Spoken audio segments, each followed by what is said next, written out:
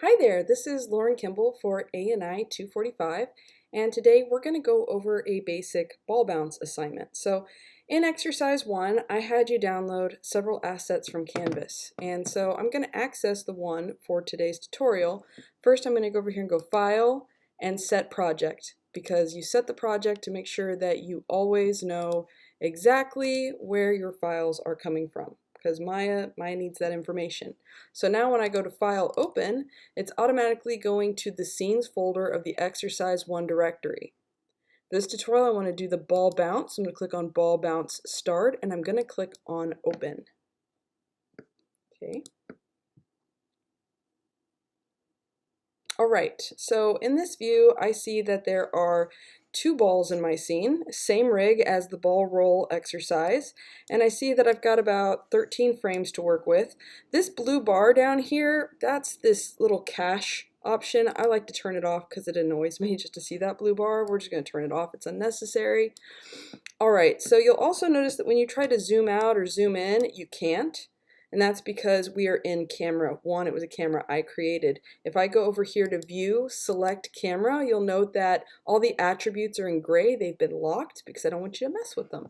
If you don't see this view, if you open the file and it brings you here to like the perspective view, I would like you to please go and be in the camera 1 view. To do that, you just go to Panels, Perspective, Camera 1.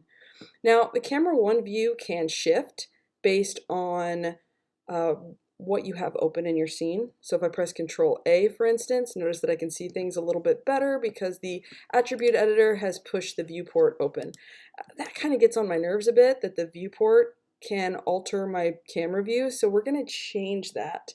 To change that, I'm going to go over to View, and I'm going to go to my camera settings, and it's going to say, hey, how is my camera view going to fill my screen? By default, it's set to fill, so instead I'm going to say, hey, do vertical.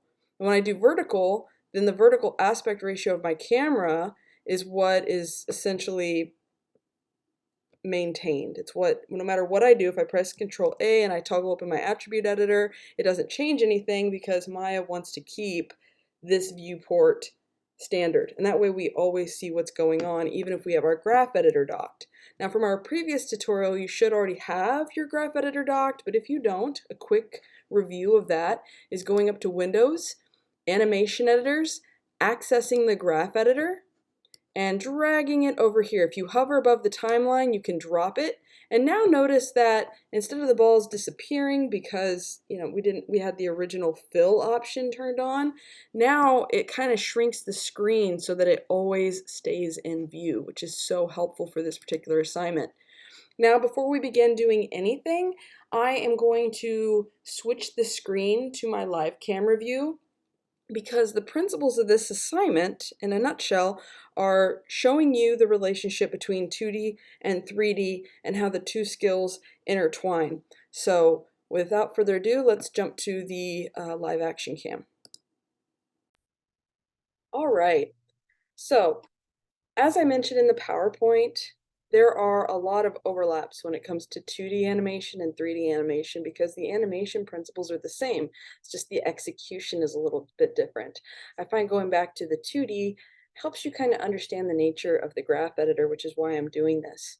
Now, if you've already taken 2D animation, you're already familiar with this exercise, but for those of you who have not taken 2D animation, this is going to be new material. For those who have, it's a review. So going back to the similarities, when we animate on 2D or 3D, we're going to be working within the same frame rate of 24 frames per second. Okay, and the reason we use 24 frames per second, quite simply, is that it's easy to divide. Some of you have probably noted, hey, I've seen things exported at different frame rates, 25, 30, even 60. We're not going to necessarily go into that. That can be a problem for post-production. We try to stick to 24 frames per second because that's what film is generally shot in. 24 frames per second is super easy to divide. If I were to go with the broadcasting standard in the United States, that's NTSC, right? NTSC is going to be 29.97 frames per second. If I told you to animate that on twos, which means that there is one drawing for every 2 frames, that means you'd have to cut this in half. So I don't know about you and your mental math, but yeah, go ahead and tell me what half of 29.97 is off the top of your head. And if you have to animate it on threes and you have to cut that in half again, do you see the problem? And let's just say we did that and up this to 30. Like, let's make life easier and we up the frame rate to 30 frames per second and worked off of that. Okay, cool. If you want to animate on twos, then we know that we need to do 15 drawings. Cool, but if we have to cut that in half again, suddenly that becomes 7.5, and if you have to cut that, you get it. It's going to become messy. So we're not worried about that. If you want to worry about NTSC or PAL or HD, you know, just the crazy timing changes that have been going on, you can do that in post. When you're animating, keep it 24 because half of 24 is 12, half of 12 is 6, half of 6 is 3. It's much easier to divide. If you wanted to animate on threes, it's 8s because 3 times 8 is 24. So much easier to work with. So we're going to be working in 24 frames per second. Okay, so when you are timing your animation in 2D and 3D, it's going to be the exact same method. Now I'm going to give you a little animation. It's going to be our ball bounce. Boom.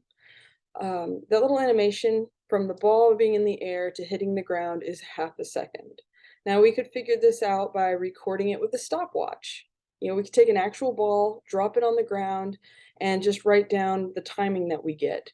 For the sake of this assignment and brevity, I'm just going to say, hey, for our ball, it's going to take half a second.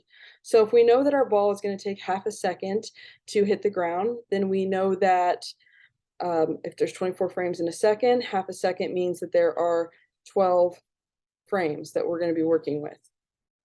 Now, for those of you who haven't taken 2D, you might be a little confused when I'm talking about ones, twos, threes, and animating on those. That's why we're doing this little exercise. But I think we can all be on the same page that if an animation is going to be half a second long, it's going to be 12 frames. That much is easy. Okay?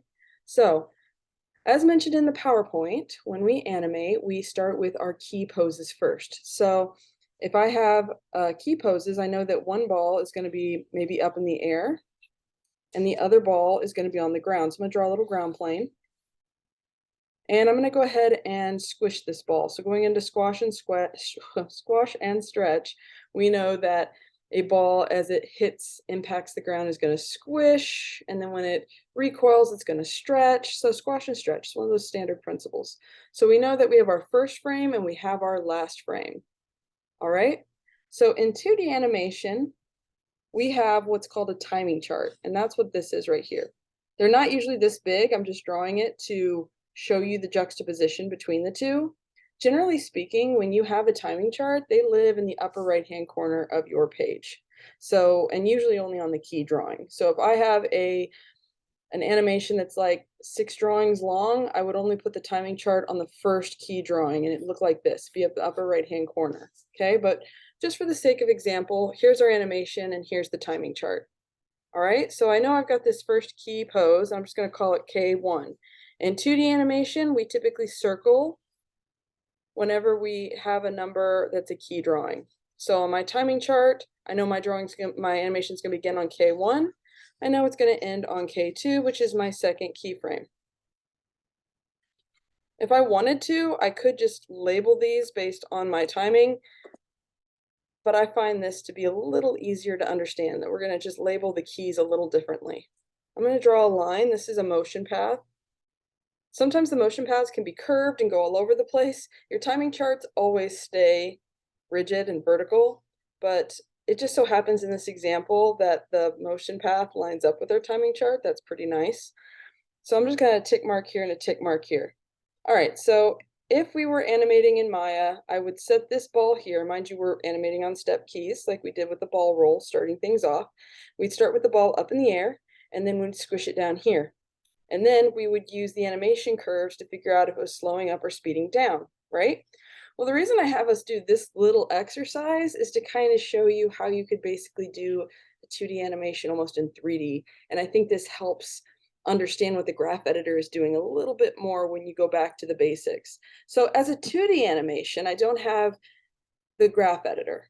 Strictly speaking, there is a graph editor in Toon Boom called the function editor, but if we're doing hand-drawn animation, we don't have the luxury, so we have to just understand how to create the curves through space and number of frames.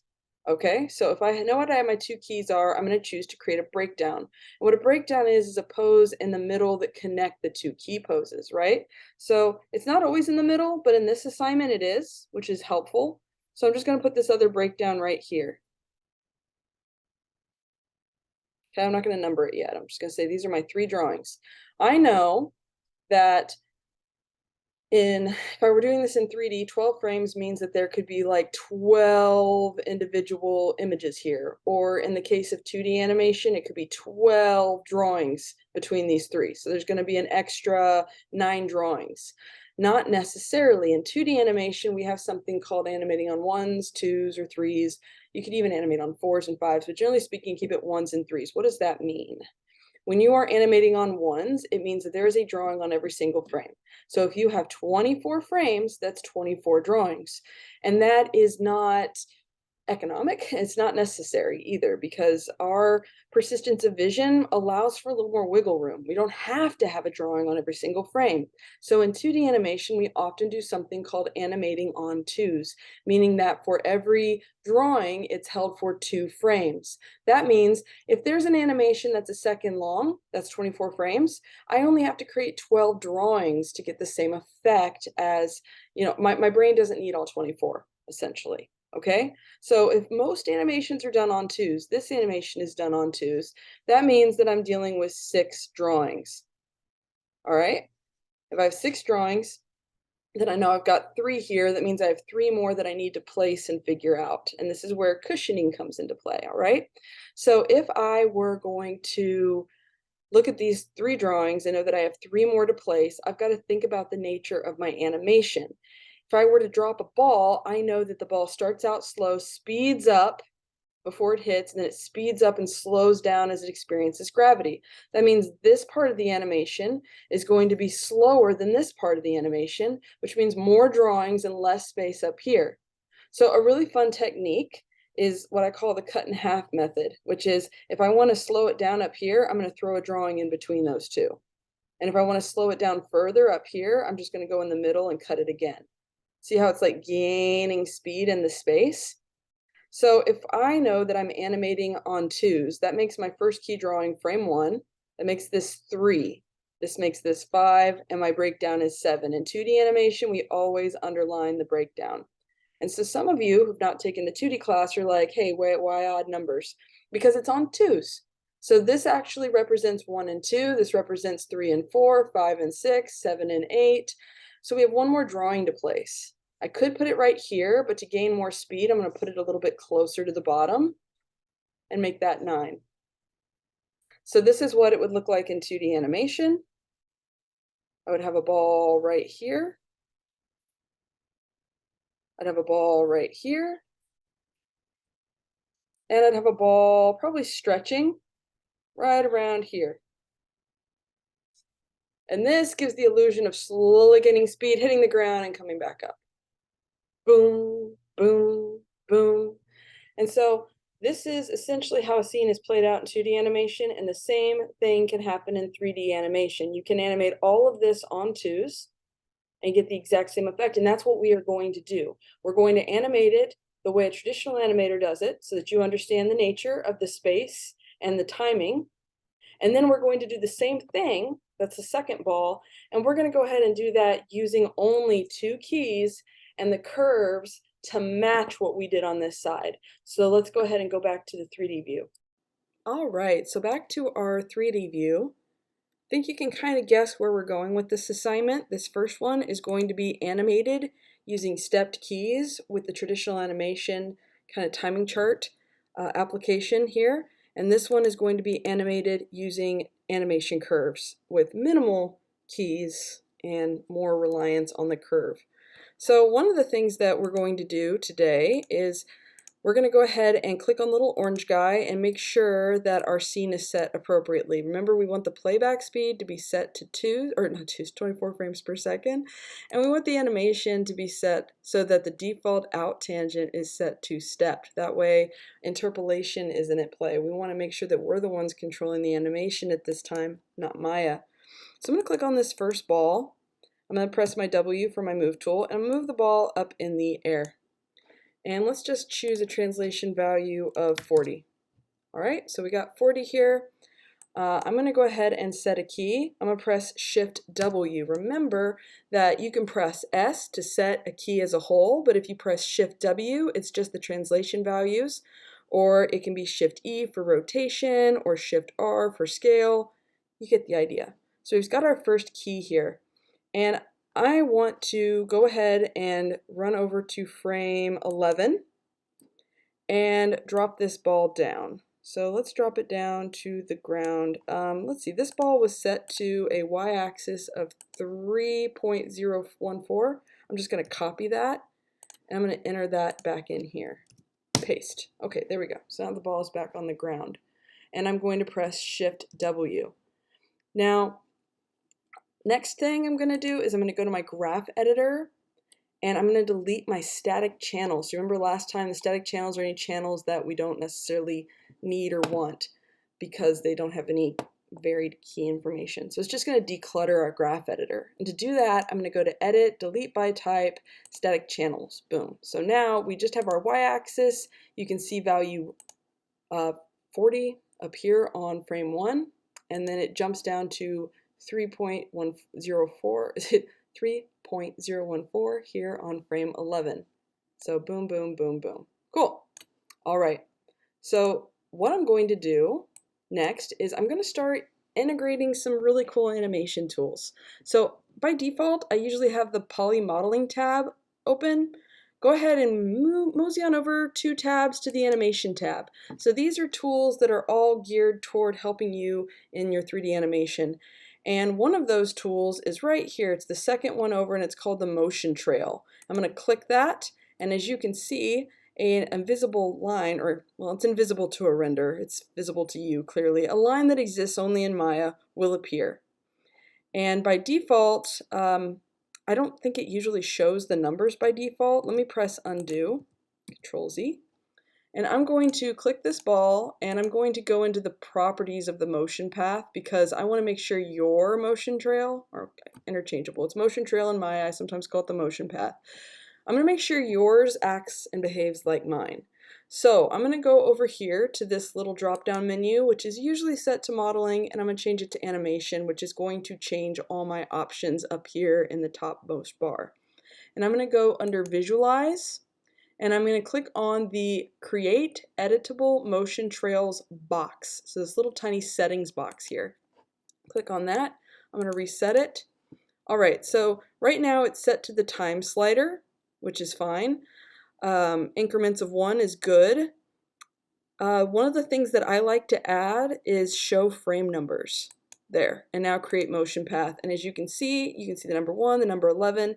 If when you click this button, it didn't immediately show you those, that is why. So I had my settings, preemptively set to show that number. It's very helpful. Okay, so I have my 2D animation that I just drew with you all in my hand right now.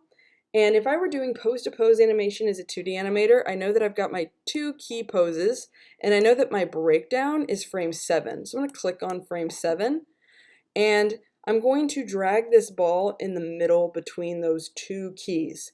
Before I do, another really cool tool that I want you to familiarize yourself with is down here in the bottom right-hand corner. Next to the orange guy that activates our animation preferences is this, it kind of looks like a little orange rectangle setting on a line with 2 arrows dancing around it.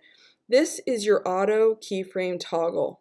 When I activate it, it turns red. What this does is it will allow keyframes to be recorded every time I change something in a keyed channel. What does that mean? What that means is if there is a channel that has keys on it, meaning right now it's just translate Y, anytime I change this value, it'll automatically be recorded without me pressing Shift W all the time. So let me show you. I'm on frame 7. I've turned on auto key, and I know I want this ball to land somewhere in the middle between frames 1 and 11. Boom. Notice when I let it go, there is frame 7. In fact, if I rewind it, it created a little key image, little key indicator and the number 7. So now when I play, I can actually see my animation take shape.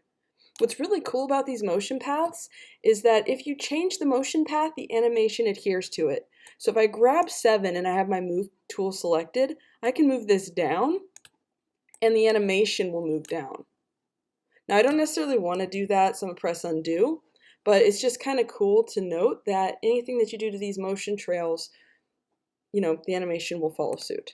Okay, so I've got 1, 7, and I've got frame 11. So looking at my animation, I know that my next step will be the kind of the in-between between 1 and 7. So I'm going to click on this, and I'm going to go to frame 5. And frame 5 will be right in the middle between 1 and 7. So we're starting to slow things down. And then I'm going to go to frame 3, and I'm going to do the same thing. I'm going to bring this down in the middle. So we can start to see that gaining of speed. Maybe bring this up a little. There we go. All right, when I press play, the ball hits over and over again. Now, I want to give the illusion of bouncing back up. So what I'm going to do is change my playback mode. So how do I do that? Over here in the timeline, if we go down a little bit, you see how it says character set, no anim layer, 24 frames. There are these little arrows that are circling each other. This just means that it's going to continuously loop. If I click this again, the number 1 appears, and when I press play, it only plays once before it stops. If I click this again, this little sort of symbol that looks like 2 back-to-back arrows or 2 overlapping arrows, I don't know how to describe this symbol, but when I press play, it now oscillates. Oscillating means ping-ponging back and forth. So it kind of gives the illusion that our ball bounce is happening, and so that's what I'm going to do. I'm going to make sure my playback is set to oscillate. And as you can see, if I hover over the button, it says oscillating loop. All right, so we've got 1, 3, 5, 7, and let's go ahead and place 9. So I'm going to go down to 9. And remember, I asked this one to favor 11. And I'm going to press play. All right, excellent. So let's go ahead and stop that, and I'm going to go ahead and save my scene. So let's just rewind this, file, save scene as, and ball bounce start. I'll just call this ball bounce 001 underscore stepped keys. So what I like to do when I label my animation files is whatever the prefix is what I'm animating, which is a ball bounce, and then I choose a number, so like an iteration. And then after that iteration comes like a little note, what I did in that scene, so that if I need to go back and change something, I can choose which file at a glance that I need to jump back to. It may not be super important for an assignment like this one where it's so simple, but when you're animating a full scene and you have to jump back like 5 files, instead of having to open each one to figure out how far back you need to go, those little notes, these little suffix notes at the end of your prefix are going to just come in handy. So I'm going to press save as and continue. All right, so since we've gone ahead and saved our progress, next I want to go ahead and add a little bit of squash and stretch to this. So far we've animated the main control on the y-axis, and now I'm going to want to use these extra controllers here. So the bottom and top controller kind of create a sort of squash and stretch. We're going to use the topmost controller, because if we use the bottom one, it would cause the ball to kind of come up off the ground. So we'll use the top controller. And let's go ahead and start by going to frame 9. And I'm going to go ahead and set a key there, Shift W.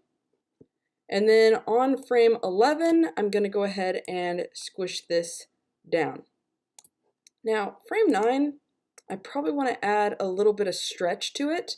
So I'm going to go ahead and add a frame here as well. So Shift W to add a frame, and then I'm going to go ahead and stretch it here, and I'm going to go ahead and squash it here. Okay, so some of you are thinking, well, what was the point of adding frame 7 before you added a frame for 9? Like, why do that? So 9 and 11 were easy to figure out because we were going to make some changes. But frame 7 is what is called an anchor frame. An anchor frame just means that I want this pose to be held for everything that comes before it. So let's see, if I press play, I get this kind of cool little squash and stretch animation, right? But if I were to take frame 7 out, so I right click and delete this frame, and I rewind and press play, the ball stretches the entire time, and I don't want that. So we need that anchor frame to say, hey, whatever comes before this is going to stay like this, and when we get to 9, we can stretch, and when we get to 11, we can go ahead and squish. Maybe I'll dial down the squish a little. All right. Cool. All right, so now that we've got this going, I'm going to go ahead and change this to 12 frames per second. Because I had it on 13, so it's kind of holding that stick a little long. There we go. We are going to bring this back to 13 later, but not yet. All right, so when we play this animation out, it's looking good. I'm going to go ahead and just save my scene. I'm not going to worry about creating a new iteration. I didn't make that many changes. The other thing I'm going to do is just stay in the habit of deleting my static channels when I'm done. So edit, delete by type, static channels. All right, cool. So the next thing I'm going to do is animate this ball, and I'm going to animate this one differently. So I'm going to go ahead and start with Translate Y and set this to 40. I could press Shift W, but another really cool trick is to just right click the channel and press key selected. So now this channel is the only one that is keyed, and I don't have to worry about going through and deleting static channels. I'm going to go down to frame 11, and I'm going to go ahead and position this down in the same Y position as this ball. So let's click this. It's set to 3.014. Copy it. Go over to this one. We're on frame 11. Let's paste this. Boom. And now one of them is set to stepped, while the other one is, well, I mean stepped with just 2 poses, while this one's fully animated. All right, cool. Now we can do the same motion path if we want to, which is just going over here and clicking this button so that we can see the differences between what's happening in the graph editor. Only this time I'm going to open up the graph editor and I'm going to be very intentional with what happens between these frames. So to start things off, I know that this is going to speed off towards the bottom, which means it's going to start linear on this end. I should just select both and just go linear. Okay. Boom. Linear is this little angled line. So we know that this is going to be like a straight line. When I press play,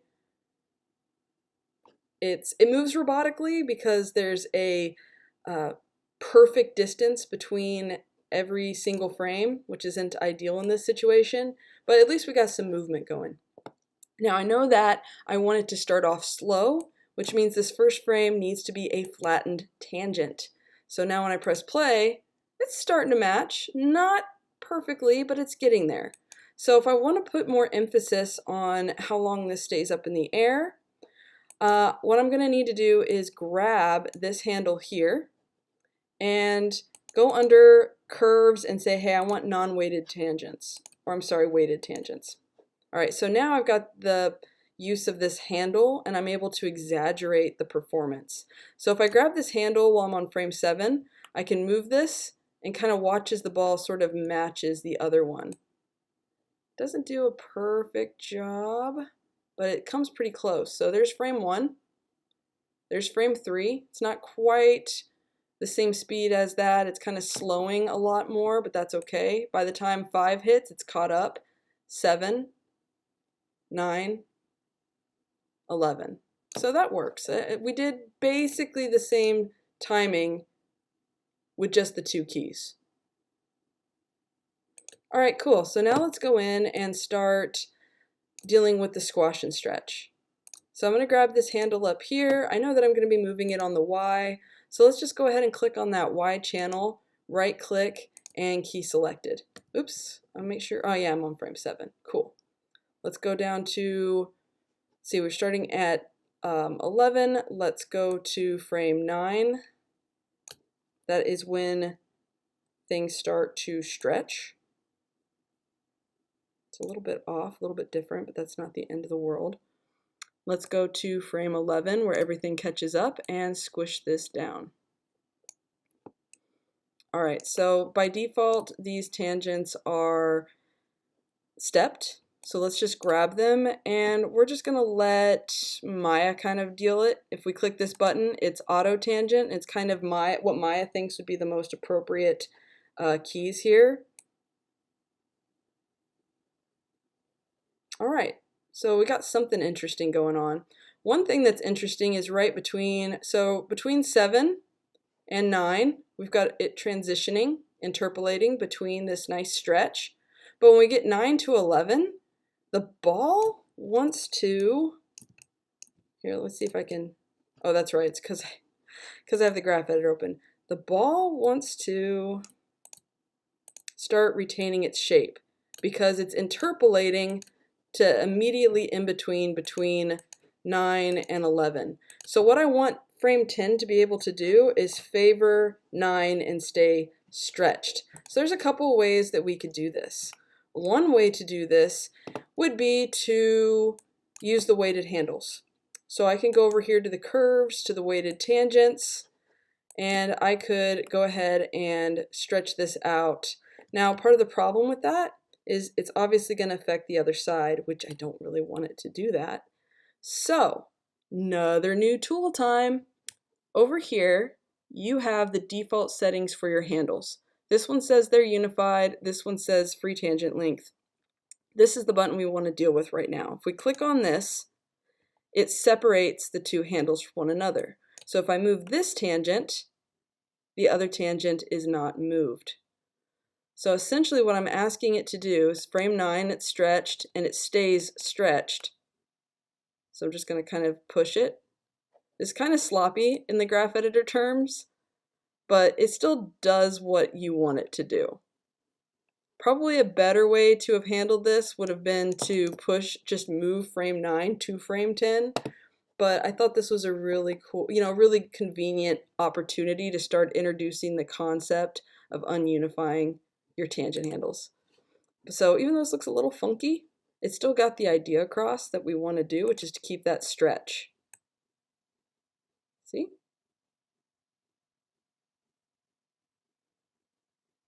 Cool. So now when I press play, our ball is squashing and stretching. And it's in a very similar vein to the keyable animation. Now if we wanted to, we could go in and tweak everything until it matched the other ball like in absolute like perfectness, but I don't care about that. I just like how it is right now. So I'm going to stop the animation. I'm going to go ahead and save my scene. All right, we're going to set this to 2, and we're going to say that we did what do we call this? We'll just call it ball 2. So we animated ball 2. All right, so I mean, by and large, when we look at this, it looks like our animation is fully done, but there is one more step that we need to address. When you turn this assignment in, you're going to be turning it in as a playblast, which means you're going to be essentially exporting the animation. And it's not going to be preset to oscillate, meaning that when you do it, it's going to play back once, and it's going to do this. Well, it's not going to be on loop. It's going to play back once and just plop on the ground. It's not going to have that nice bouncing back up. So what to do about that? A couple of options. One, we could set this to 24 because remember, 1 second long, frame 1 to 12. Let's set to 24. And then we could go back and animate the way we came. That's a lot of work and not necessarily something that I want to do. If I were doing this in 2D, I would take the ball that hits the ground, and then I would record my drawings going backwards. So I wouldn't even bother drawing all these extra frames. I'm going to do the same thing in 3D, only using the graph editor. So when I rewind my animation and I press play, they plop on the ground and they hold till frame 24. I'm going to go ahead on frame 1 and click on the main handle of the stepped keyed ball. Okay, so the one that's traditionally animated. And I'm going to go ahead and open up my graph editor. Now, when you key an animation, you see the first frame and the last frame.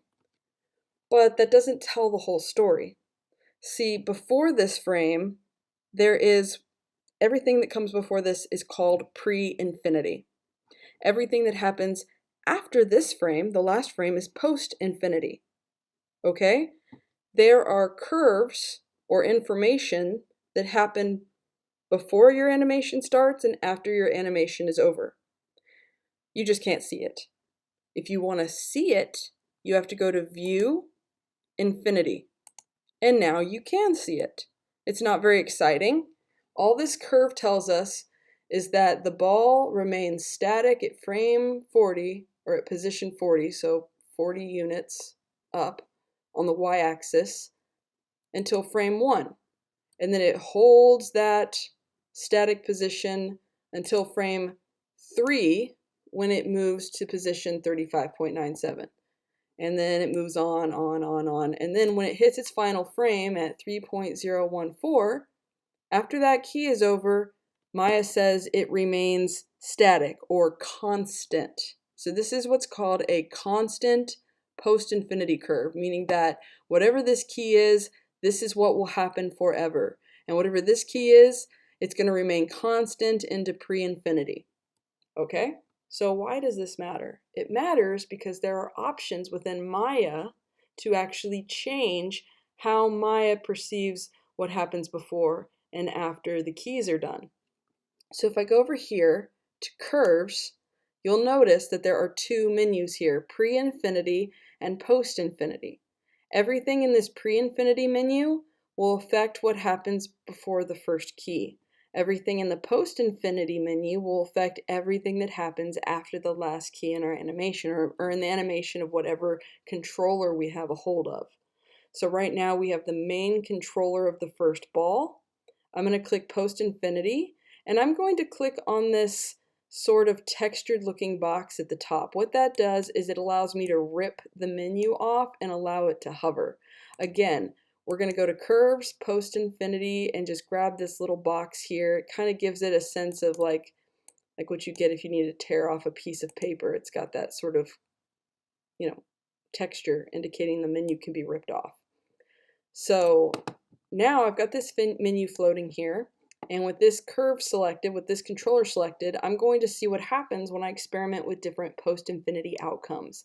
If I click cycle, notice that the stairs here that represent going from frame 1 to frame 12 will automatically repeat on frame 12. Or, so frame 11 is down here, but the moment we go to frame 12, the animation starts over again. If I rewind and press play, we can see that, here, let's put this on loop. We can see that ball 1, ball 1 is just going to keep repeating itself over and over again. If I change it to cycle with offset, it's going to keep going, but it's also going to keep going and repeat itself, moving downward as it repeats. If we go to linear, it does exactly as it would with constant. Now the linear outcome can change depending on the animation curve that you're using, but constant will just go flat like a static. Whatever this holds, it's going to remain constant. Constant is the default. Now oscillate is the one I skipped. If I click oscillate, you can see the stairs go down and the stairs pick back up. Now it does a little kind of wiggle at the top, and that's because I have this animated on 2s. So when I go to 11 and it immediately wants to jump up at frame 12, I don't want it to do that. I don't want to start right at frame 12. So what I'll do is I'll go to constant, and I will simply set, just go over here to the channel, right click, key selected. I'll set a key right there at 12 so that it holds for an extra beat. And then when I go to oscillate, everything should be on 2s and it should come out quite nice. There we go. Now obviously it looks a little silly with the squash and stretch, so let's address that next. Let's go ahead, we might have to minimize the graph editor, but click on the top controller and then click on the graph editor. Let's zoom out a little bit. Here's where we are. Boom, boom, boom. We want this to be held for an extra frame. So I'm just going to go over here, right click, key selected, and then click oscillate. Now we have a problem. If I press play, that ball is going to spaz out at the top. And the reason is because it's going to start wanting to repeat down here as it did, or up here as it is down here. So what's the solution? I'm going to go back to constant. The problem is that there's no anchor here at frame 1. Let's go to frame 1, right click, key selected. Now, instead of just sort of restarting when this plays over, it's going to restart treating the beginning and the end as a whole section of animation. I know that's a little bit confusing. That's why we're introducing this now, because we're going to revisit this later during like exercise 3. Right now I'm just sort of introducing the concept to you so that when we need it, it's not going to be as confusing. So I'm going to go ahead and click oscillate again. And now when I press play, I got a really nice little ball bounce happening. Okay, cool. I'm going to press stop, rewind my animation. Let's go ahead and save this. And we're going to call this one ball bounce 3. And we'll call this stepped infinity. So that we know, if I can spell infinity right, we know that on the third iteration, we set the infinity curves for the stepped ball. Okay, so next we got to go ahead and take care of our second ball bounce here. So let's grab that main controller. And let's just see what the outcome is if we went ahead and post-infinity'd this to oscillate. Looks kind of pretty nice. It hits pretty sharply on the ground. Don't worry about the squash and stretch yet because, again, that's not set to post-infinity. But I still think it would probably be beneficial if this held longer. So let's go ahead and go to constant. And on frame 12, let's go ahead and just add a key. So key selected, and let's go ahead and post-infinity oscillate. Ooh, that's not good. That looks quite stepped. I don't like it. Let's see if we can't fix that. I think what we just need to do is press auto. That did not fix it. Oh, that's because it's imitating this side. Ooh, that will not do. Or will it? Maybe it will. Let's go ahead and see what the playback looks like. Actually, that's not bad. I think it just didn't look good on the graph editor, but I think it plays out nicely. All right, let's rewind and press play. It's kind of hard to tell if it's working all that great because of just how strange it looks. Let's go see if it's working by going ahead and making the adjustments to this. All right, so on frame 1, I'm going to go ahead and key selected, so it's an anchor frame. I want to go ahead and key this. And then let's go ahead and cycle oscillate and see if that's working. Rewind and play. Yeah, I'd say it's working, except it does a little bit of a jitter at the top, which is interesting. How very interesting. Let's see. Okay, I see what's happening now. So when frames 24 starts, it wants to repeat itself because it's not truly on 2s like this one is over here. So it wants to start repeating again on frame 24. So there's a couple ways to fix that. We could offset everything to the right. We could do a bunch of things to fix that, but I don't actually care to fix it. So instead, I'm just gonna set this to 23 so it cycles nicer. There we go. Super simple fix for this exercise. So what I wanted you to take away from this is what is happening when you adjust those animation curves. So in 2D animation, we do stepped animation keys. We draw out every pose essentially. In 3D animation, we can cut the work in half by relying on curves to create a similar outcome. And instead of reshooting the animation, like in 2D animation, I could have the ball hit the ground and then scan it and record the animation going backwards to save myself time. And it just so happens I can do the same thing in 3D animation using infinity curves. So that's it for this part of the assignment. Hopefully you have 2 balls that are bouncing nicely.